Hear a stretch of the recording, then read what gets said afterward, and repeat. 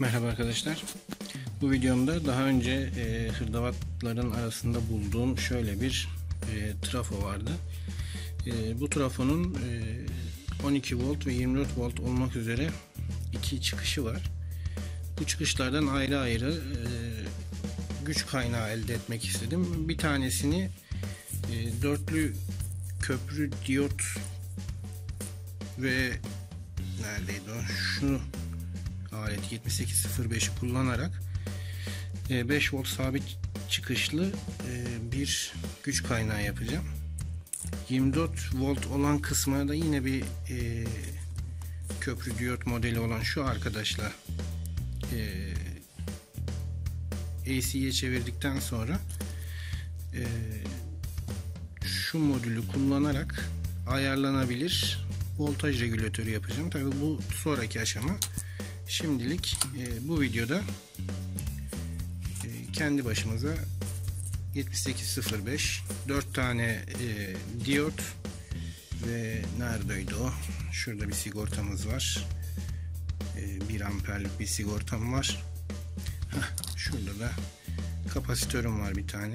25 volt 1000 mikrofaradlık. Bunları kullanarak AC akımı DC akıma, yani alternatif akıma doğru akıma çevirip 5 volta düşürerek bir güç kaynağı elde edeceğim. Şimdiden lehimleme esnasında yapacağım acemiliklerden dolayı özür diliyorum. Malumunuz ben yazılımcıyım. Elektronikçi değilim ama bir deneme yapacağım. Bakalım ne olacak. Kameramızı yerine yerleştirelim. Haydi bismillah.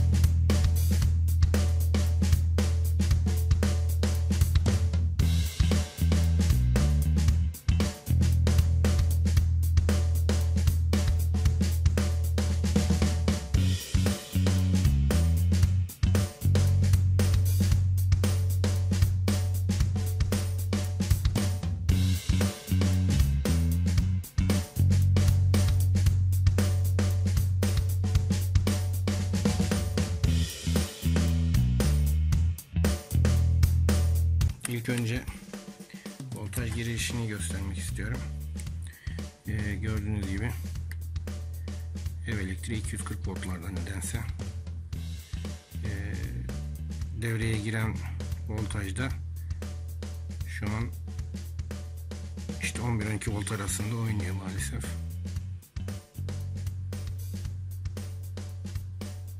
12-13 volt arasında. Bu devrenin girişi alternatif akım 12 volt. Şimdi bir de çıkışına bakalım. Şunu şöyle yapalım. Şimdi doğru akım ölçeceğim. Bakalım 5 volt almayı umuyoruz şu an.